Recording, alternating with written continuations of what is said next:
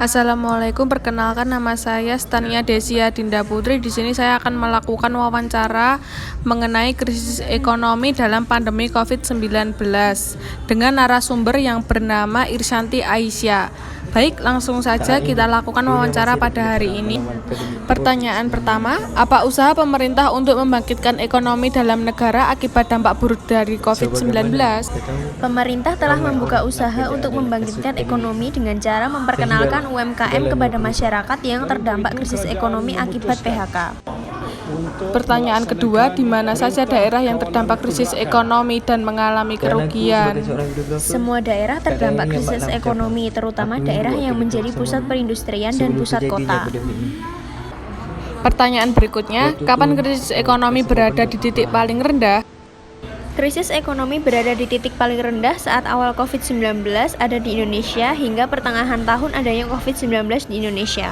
Baik, pertanyaan berikutnya, bagaimana cara pemerintah mengatasi krisis ekonomi di Indonesia pada saat pandemi agar kembali membaik?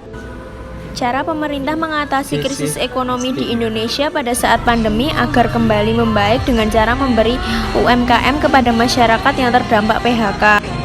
Pertanyaan berikutnya, kenapa Indonesia tidak kunjung bangkit dari krisis ekonomi sedangkan negara lain sudah memulai kembali berangsur membaik? Karena di Indonesia masyarakatnya masih susah diatur dan tidak memperdulikan kesehatan diri sendiri dan orang lain, sehingga lonjakan COVID terus meningkat dan mengakibatkan perekonomian menjadi menurun dan tidak kunjung membaik. Baik, pertanyaan terakhir, siapa pihak yang dirugikan atas krisis ekonomi yang terjadi?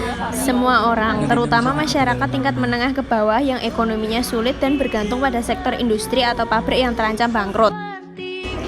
Relevansi topik dengan bidang studi ekonomi negara yang memburuk akibat COVID-19. Karena virus COVID yang tidak kunjung berakhir menjadi masalah yang serius bagi pemerintah dan masyarakat. Karena virus COVID memberi dampak seperti banyak orang yang di PHK, banyaknya kejahatan dan banyak tenaga medis yang meninggal akibat menjadi relawan orang yang terkena virus COVID. Relevansi topik dengan Pancasila, bantuan apa yang diberikan pemerintah kepada masyarakat dalam menjalani PPKM di Indonesia? Pemerintah memberikan bantuan berupa bansos, bisa dalam sembako, obat, uang, tenaga medis, relawan kesehatan. Sekian wawancara yang saya berikan pada sore hari ini. Terima kasih. Wassalamualaikum warahmatullahi wabarakatuh.